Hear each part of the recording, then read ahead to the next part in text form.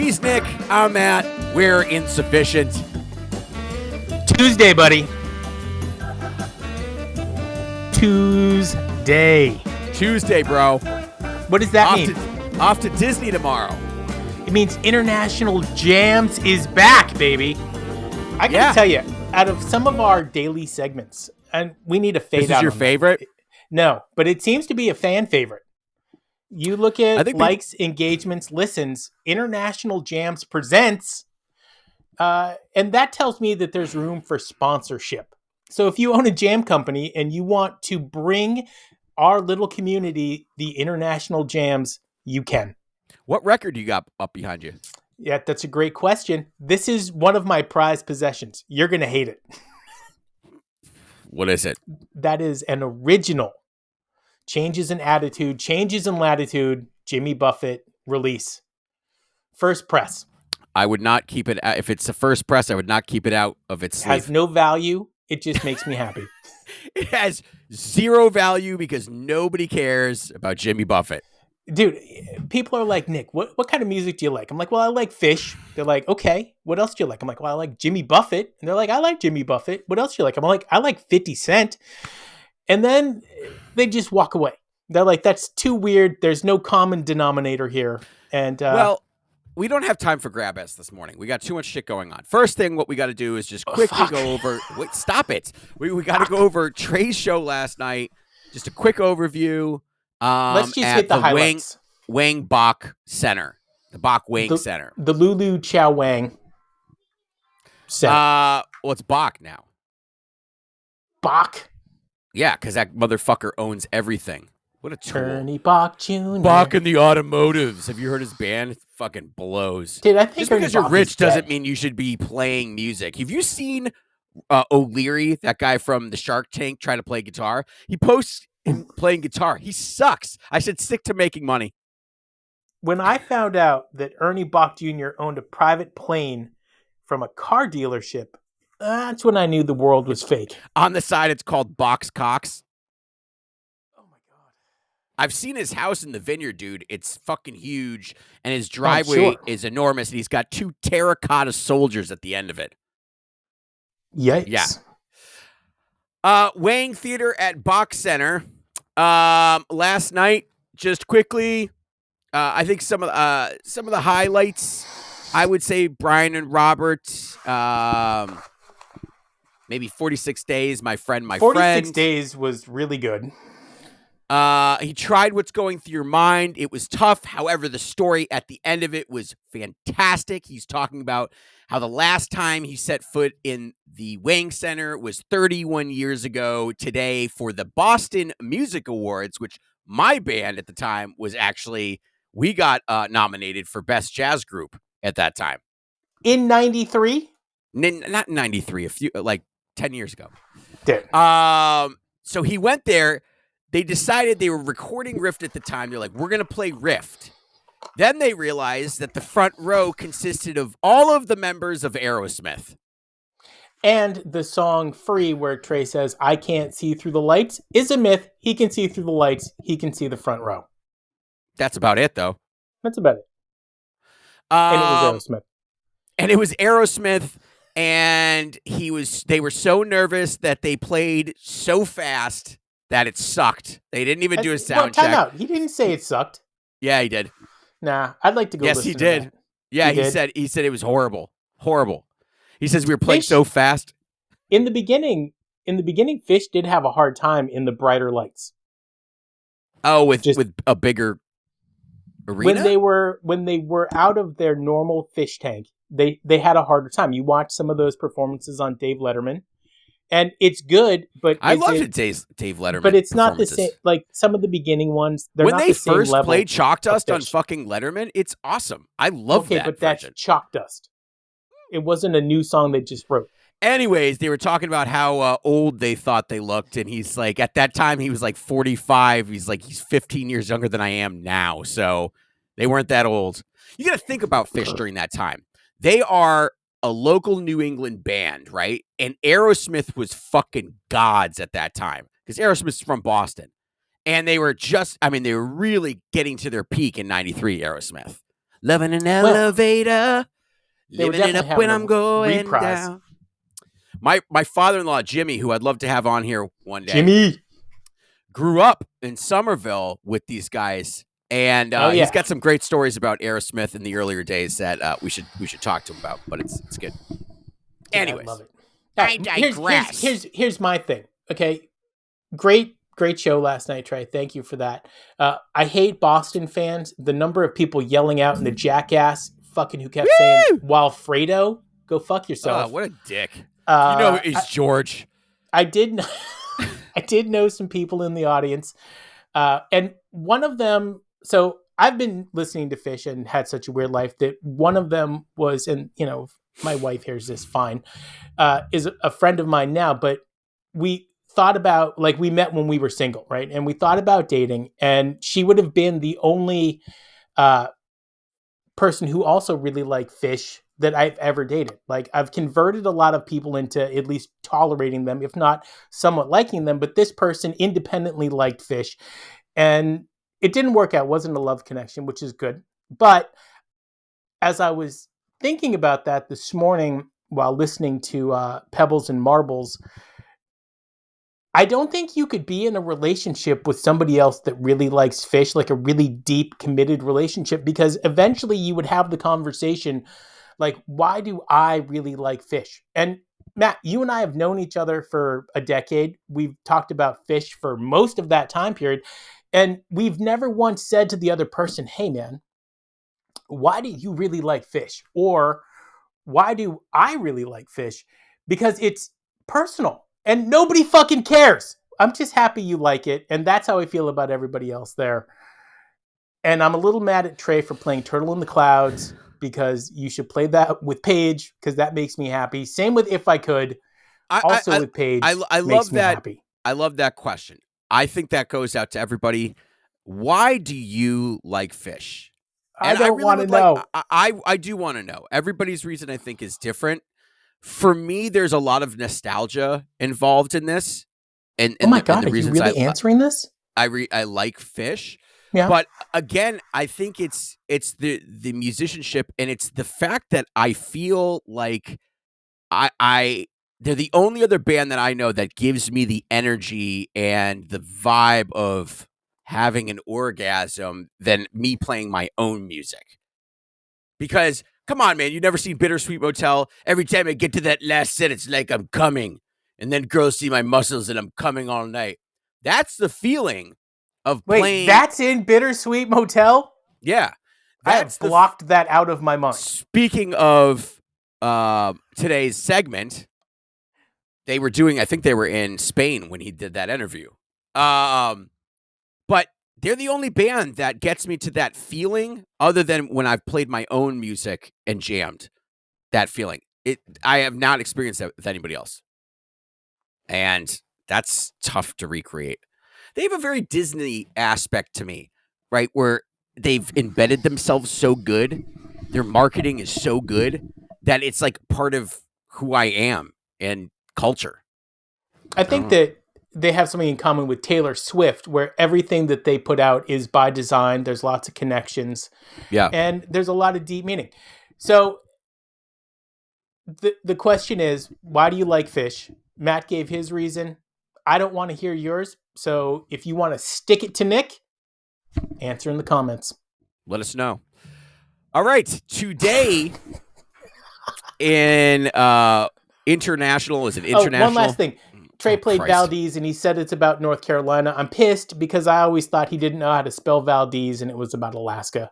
So, whatever. Oh, that's fucked, man. Sorry, buddy. Sad for me. It is sad from Alaska. For you. Native Alaskan. What was the tribe that you're a part of? Yupik. I knew you were going there, so I shouted it out. Yupik. Okay. Yupik. All right, what's today's show? Guess what? You didn't pick the show. I did not pick the show. This is horrible. This is bad. Sorry. Like on a 1 to 10, we're at a 2-3. It's pretty bad. Pretty bad. All right. So this is... Give me the date. I know. February 14th, 1997. Valentine's Day, 97. In Paris, France. No, we're doing Brussels. Is it Brussels? That's what we're supposed to be doing. Oh, yeah. That's right. It's Brussels. Did you listen? It is Brussels. Sorry. Jesus, scared me. Sorry. Are you going to give everybody the sound check? Sound check? Yeah.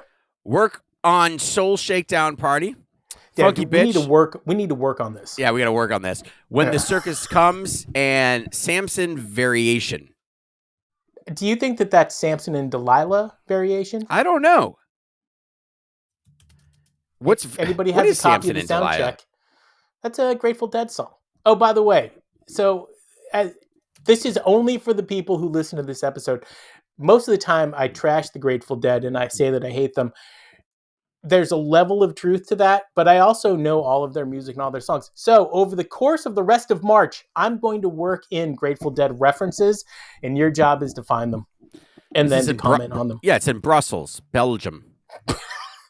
Brussels. Arnold Schwarzenegger was there. Yeah, he was. We're going to start out set 1 with Runaway Jim. I had a dog. So good. And I love it when they really come down to almost no sound. Like nobody's playing anything. Dun, dun, dun, dun. It's so good. Yeah, even though they did that in Mexico last month, you were all over them. Because it sucked. Going. They didn't stick the landing. By the way, 22 Mexico, good shows. NICU. I see you, brother. You Enjoy Myself. Right off the bat, earlier on in the first set. I love that. I so cool. Set one yem. I'm into Trey that. had some issues with the set sections. Fine. Nobody else did, but he did. Jam was great. Bass and drum solo was awesome on this one. Oh, yeah. Fire. Moving on to Sweet Adeline. Perfect for that time. Small venues. Shut up! Shh. Ow, that hurts when you do that. Sorry. Axilla. Part 1 or 2? Apparently part 1. It was a part 1. It's Ice. Love it. Billy Breathes. This is a top 20 song for me. I wish they played it more. You know what? Billy Breathes in a Mike's Jam would be perfect. I don't know if they've ever done that, but instead of I'm Hydrogen, Billy Breathes. It doesn't I would matter. love that in between instead of I Am Hydrogen. Yeah, that's a great cool. idea. Huh, I'm into it. Uncle Pen, some grab ass right there. Yes. Run Like an Antelope. This one fucking went. However, they did, even back then, they had a tough time doing the build up and dropping out. Fishman kept playing the drums and they all dropped out. And he kept going, and then he's like, fuck. Yeah, he flubbed that one. Fishman gets into it. Yeah, but he's not paying attention, and so he's deep.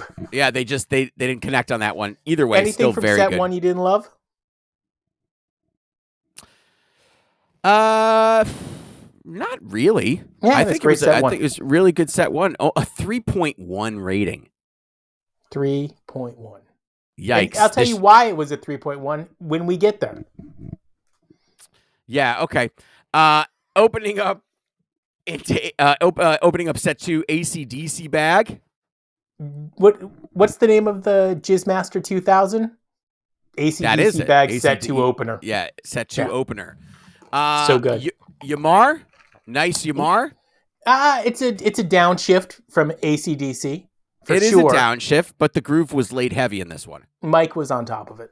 Down with Disease. And this one took off. Finished. Yeah. It was finished. Yeah, but it took the fuck off. But they finished it, man. They did finish it. They finished. Speaking of finishing. Jizzmaster 2000. Funky bitch. Good funky bitch. Nice Reba. Great Reba. Yep. This Reba sword, whistle, man. Are you a whistle or no whistle guy? I don't give a shit about the whistle. I'm pulling the plug on the whistle. I don't give a shit. Here's your song. This is why I didn't make it, Walfredo. And this is why not only was it Walfredo, but then they were like, hey, let's continue with Rock a William, where Trey is going to play drums and Fisherman's going to keep singing. Those two songs, the back-to-back of those two songs made this show just not work. Well, okay. Yes, everything. That's the 3.1 right there. That you're saying is true. However, this is the second Walfredo in as many days. Phish debuted Walfredo the day before, and then they played it again. And oh my God, I'm so glad that this trend didn't continue. Imagine if every show Phish did a Walfredo.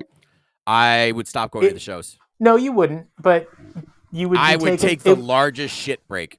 It would be the equivalent of No Man's. Not great. And by the way, the person last night who just kept yelling out Walfredo while Trey's by himself on stage. That sucks. Go fuck yourself. Did you ever hear Trey did comment and say that'd be kind of hard. Yeah, it'd be difficult with one person. It'd be kind of hard. Back in the day when I think it must have been like 99, but Trey, there's a recording of this. Trey is like, I guess people were throwing a lot of glow sticks at them at one point. Okay. And he stops the show. He's like, listen, he's like, I don't know who's doing this, but you guys need to stop fucking, he was really upset. It's the only time I ever heard him address the audience, like just upset. And he was like, we come up here, we try to do a good job for you guys, and you guys fucking hit us with shit. He's like, it's not cool. Like, it needs to stop. It's awesome. I'll send it to you one time. I would like to see that. He did say something one time about laser pointer in the face. Did he? Similar vibe. He was like, stop that shit. Vibe. You know what's got a vibe, Matt? Son of a mule. Nope. Rock a Williams. We already went through this. Nope, we said Walfredo. We didn't say And then I said, Williams. yes, I did. I said Rocka Williams. I said, this is the reason it's a 3.1 song rating. I thought we said it for Walfredo. This was also another song that they played the day before. This is a Johnny Phish song. It's not going to make it. It's bad. Not going to make it. So if you're looking for a bust out, right? If somebody said to me, Nick, I'm chasing a Rocka Williams. I want the Rocka Williams bust out. Small amount of respect. I don't hate it. Better than Alfredo. Better than a Walfredo. But yeah. Go give it a listen. I mean, think this is what killed the show, man. Let me tell you something. The amount of words in this song, OMG. But if that's gonna be a chunk of your second set, I can see people being like, fuck. Dude, the house was big and purple, and we stayed there for the night. Yikes. Yeah. Son of a mule to follow that up. Not finished, thank God. Unfinished, yeah. Thank God. And ending with Day in the Life. Absolutely amazing. That is one of my favorite things ever. I need our boy... Got out of bed, dragged a comb across my head. At the Bourbon Festival, which... You think they're going to play that? I think that Ringo will be there. I think that Paul will be there. And if we have another Cher-like moment with Phish playing with Ringo and Paul won't be there, but Ringo will be there, and I could see Ringo playing with them. Paul shows up wherever Ringo is playing. Have you not noticed this? No. I have, and it's amazing. So I don't really follow the two lasting members of the Beatles. But yes. It's funny. My wife asked me yesterday, do you really like the Beatles? And I kind of looked at her. And I was like, what? Well, meaning like my whole life. And so my dad, when I was a kid, he had 2 tapes. One of them was Rod Stewart's Greatest Hits. And the other one I could see was your dad being into Rod Stewart. Right? Dude, he loves Rod Stewart. I love Rod Stewart.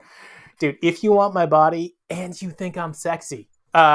But 2 words you will never hear, Nick. I hear them all the time, mostly from you. It's just weird. Up in your head. All up in your head. And the other tape was Beautiful Mind over there. It's a hard day's night. It's a good That's one. the 2 tapes of course he had? I fucking like the Beatles. Yeah. Best. Encore. One fucking encore. Character 0. Nobody wrote shit about this. I mean, yes, there are some blogs about this. You and me might be the only people who've listened to this show in the past decade. It's possible. Yeah. I think people skip this shit. I don't know why. Someone just said this show was okay. You know what It people are was going to say okay. about this show? So, it's insufficient. He's Matt. I'm Nick. This show was okay.